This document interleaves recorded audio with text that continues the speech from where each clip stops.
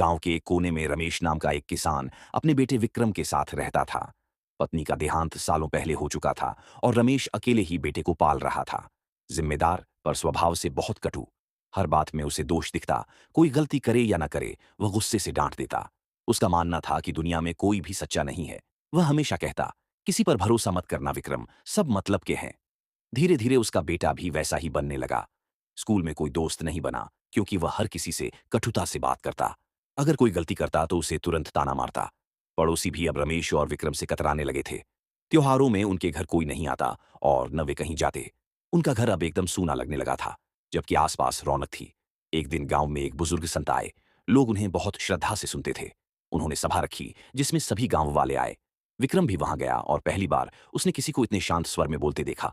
संत ने कहा, बेटा, जीवन एक खेत की तरह है। तुम जो बोओगे वही उगेगा। अगर तुम प्यार, भरोसा और सेवा बोओगे तो वही लौट कर आएगा। लेकिन अगर कटुता, नफरत और शक बोओगे तो जीवन में अकेलापन और दुख ही उगेगा। ये सुनकर विक्रम सोच में पड़ गया। सभा के अंत में संत ने हर बच्चे को एक बीज दिया। उन्होंने मुस्कुराकर कहा, इसे बो देना, ये तुम्हारे जीवन का दर्पण बनेगा। रमेश ने यह सब देखकर मजाक उड़ाया। एक बीज क्या बदलेगा जिंदगी? लेकिन विक्रम ने वह बीज चुपचाप ले लिया। अगले दिन सुबह उसने अपने घर के पीछे जमीन खोदी और बीज बो दिया। रोज वह वहां पानी डालता, धूप से बचाने के लिए छांव करता और उससे बात करता। रमेश यह सब देखकर चिढ़ता, क्या बच्चों जैसे खेल खेल रहा है? पर विक्रम अब कुछ नहीं कहता था। 3 महीने बीत गए। वहां एक छोटा सा पौधा निकल आया। विक्रम हर दिन उसकी देखभाल करता। वह अब कम गुस्सा करता, दूसरों से थोड़ा विनम्रता से बात करने लगा। रमेश ने भी यह बदलाव महसूस किया। एक दिन उसने पूछा, कौन सा बीज था ये? विक्रम बोला, शायद आम का, लेकिन देखना है क्या सच में मीठा फल देगा। 1 साल बीत गया।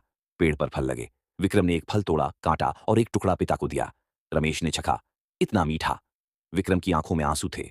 वह बोला, मैं रोज इस पौधे से प्यार से बात करता था, समय देता था, ध्यान रखता था। इसने मुझे सिखाया, जैसा व्यवहार हम देंगे वैसा ही जीवन लौट आएगा। रमेश को पहली बार समझ आया, उसने जीवन भर अपने भीतर कटुता बोई थी, इसलिए रिश्ते सूख गए थे। लेकिन बेटे के इस छोटे से कदम ने बदलाव की शुरुआत कर दी थी।